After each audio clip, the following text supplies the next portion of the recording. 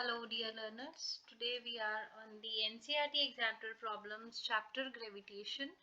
So let us begin with it. Only the gravitation topic has been taken.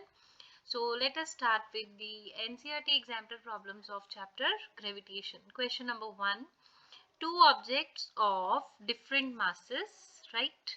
They are falling freely near the surface of moon.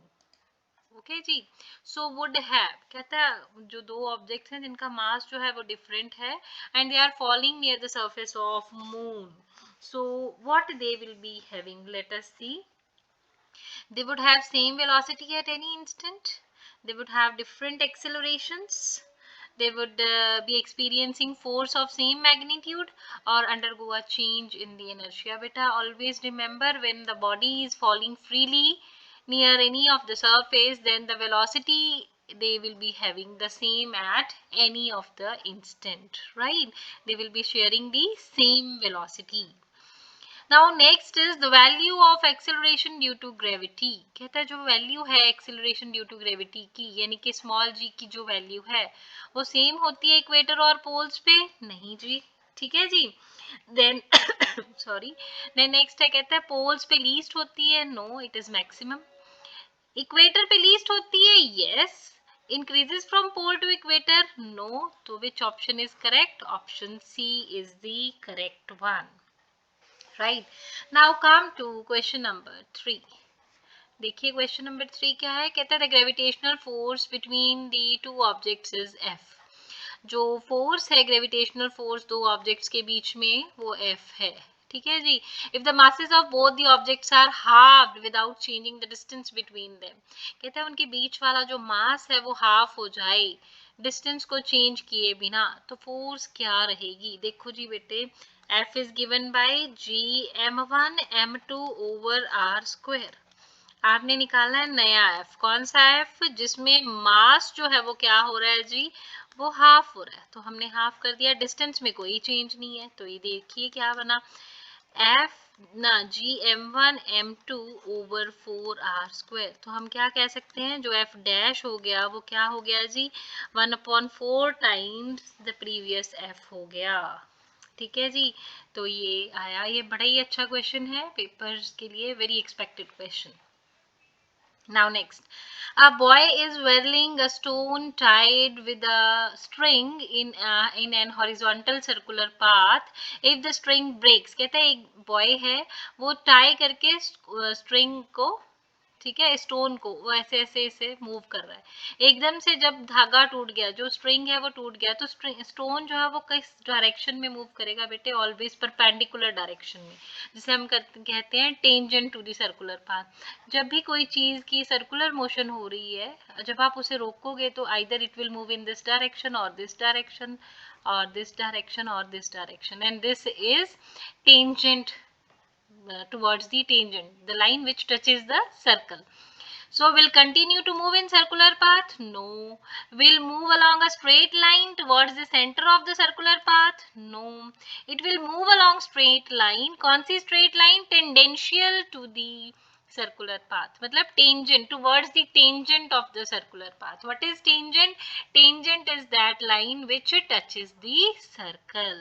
Okay जी तो हमने यहाँ किया option C. बच्चे here fifth question by mistake it was taken from chapter flotation so that has been eliminated so we are going to proceed with question number 6 ठीक है जी अब इस question में क्या है जी देखिए कहता है इन द रिलेशन इस रिलेशन में कौन सा रिलेशन है gravitational universal law of gravitation का रिलेशन है ना F is equal to G M M over are square the quantity G जो है वो क्या है it depends on the value of small g no कभी भी नहीं डिपेंड करती it is used only when the earth is one of the two masses no it is greatest at the surface of earth no तो ये क्या है भाई ये तो यूनिवर्सल ग्रेविटेशनल कांस्टेंट है ये हम बहुत बार पढ़ के आए हैं this is gravitational constant which gravitational universal gravitational constant ठीक है जी तो नेक्स्ट क्वेश्चन पे दे चलते हैं क्वेश्चन नंबर है जी 7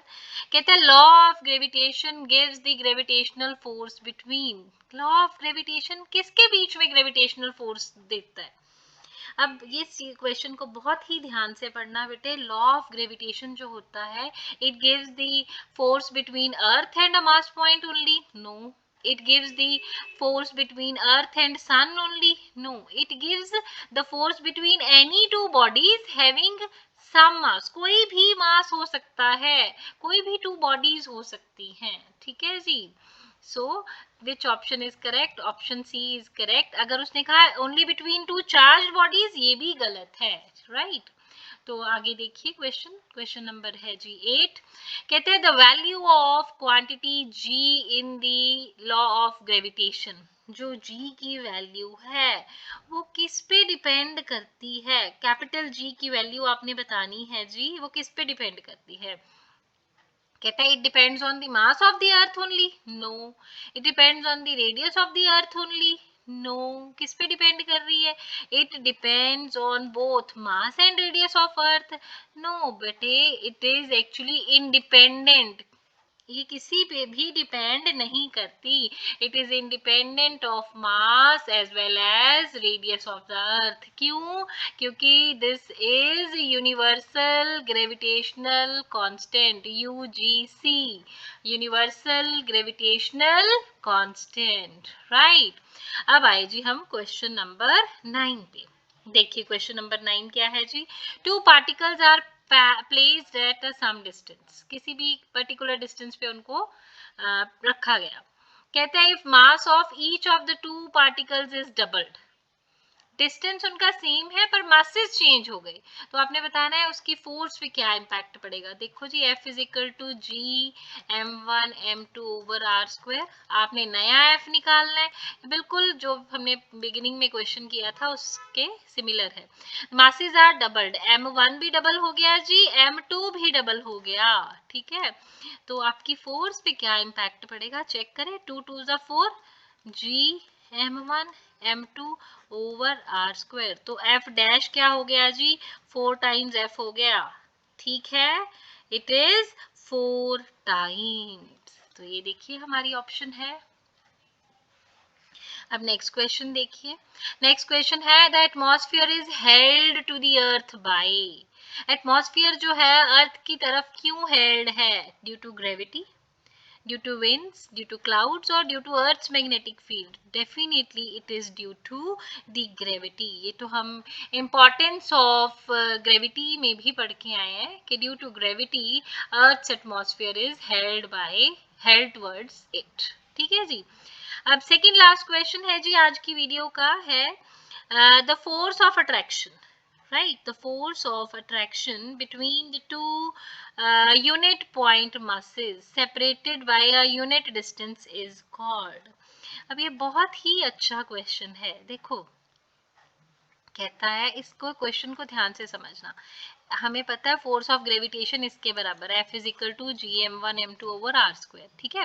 कहता है force of attraction between two unit point masses, यानी कि मासेस दोनों की वैल्यू क्या है जी? यूनिट है, 1 है। And they are separated by unit distance, distance भी 1 है, मतलब m1 की वैल्यू 1, m2 की वैल्यू 1, r स्क्वायर की वैल्यू 1। तो f किसके बराबर हो गया जी? g के बराबर।